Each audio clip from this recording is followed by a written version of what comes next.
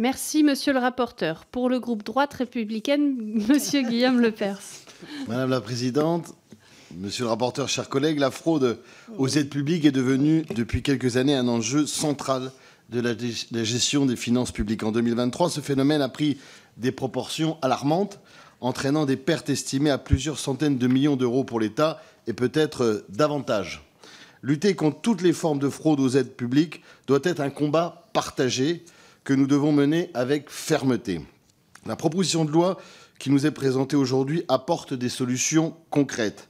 Ainsi, la possibilité de suspendre temporairement les aides en cas de soupçon de fraude est une avancée majeure. Cela permettra aux autorités compétentes de sécuriser nos finances publiques le temps de l'enquête.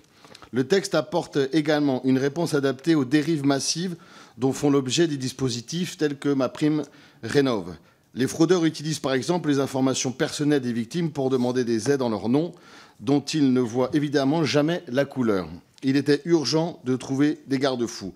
Notre groupe accueille avec satisfaction l'interdiction au démarchage téléphonique pour les travaux d'adaptation de logements liés au handicap et à la vieillesse. À titre personnel, c'est un combat que je mène depuis des années et dont je me réjouis de cette avancée. C'est une mesure cruciale pour protéger les personnes vulnérables contre les pressions abusives et pour leur garantir l'accès aux aides auxquelles elles ont droit. L'encadrement des certificats d'économie d'énergie est également un point fort de ce texte. En restreignant l'accès à la création des comptes à risque et en imposant des sanctions dès les premières étapes de demande, le texte adopte une approche pragmatique pour lutter contre la fraude dans ce domaine. D'autres types de fraudes, comme celles liées aux comptes professionnels de formation, devront être traités à l'avenir. Mais dans l'immédiat, ce texte constitue un réel progrès. Enfin, pour un meilleur contrôle des fraudes à la rénovation, je vous précise que nous soutiendrons un amendement porté par notre collègue Jean-Pierre Vigier visant à limiter la sous-traitance de 2 niveaux dans les chantiers de travaux aidés et à interdire aux entreprises non qualifiées RGE de sous-traiter ces chantiers. En conclusion, notre groupe votera en faveur de ce texte qui permettra d'améliorer grandement la gestion de nos finances publiques. Je vous remercie. Merci, monsieur Lepers. Monsieur le rapporteur. On ne peut pas applaudir, mais j'allais applaudir. Le micro. Voilà, merci Madame la Présidente, Monsieur le député.